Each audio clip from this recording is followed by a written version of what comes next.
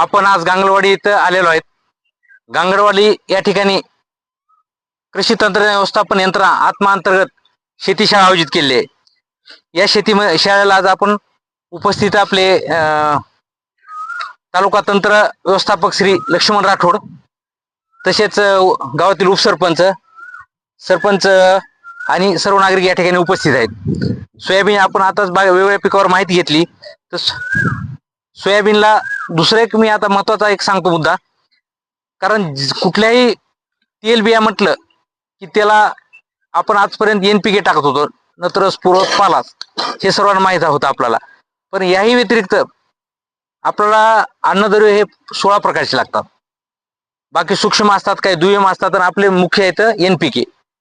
पण आजपर्यंत गरज नव्हती भासत की आज आपल्याला मागच्या कालावधीमध्ये किंवा मागच्या थोडासा मागे 10-1 वर्षाखाली गेलो तर शेणखत उपलब्ध होता. निसर्गामध्ये रासायनिक तेवढा भरीमार नव्हता. त्याच्यामुळं दुय्यम अन्नद्रव्य असू किंवा सूक्ष्म अन्नद्रव्य असू आपल्याला उपलब्ध होत होते. पण आता प्रमाण कमी झाले. मग प्रमाण कमी झालं तर आपल्याला काय करावं लागेल, थोडेसे न्यूट्रिएंट जास्त एक्स्ट्रा द्यावं लागणार आहेत.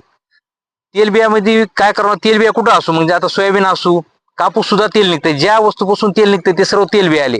सोयाबीन, कापूस, त्याच्यानंतर तुमचं कुठलं आलं करडई, ह्या सर्व तेलबियाला महत्वाचा घटक आहे की सल्फर. सल्फर हे दुय्यम मध्ये येते.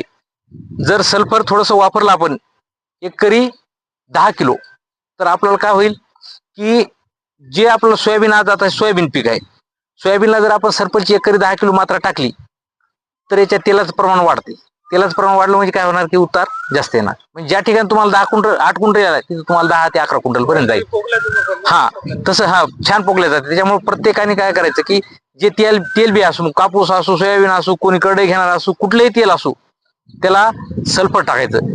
आता सल्फर मार्केटमध्ये वेगळ्या प्रकारे मिळते. 5 किलोची 10 किलोची बॅग ते टाकू शकता, किंवा एक खतच असं आहे की त्यामध्ये सल्फर आहे. कोणतं खत आहे सांगता येईल? 20-0-13 आहे.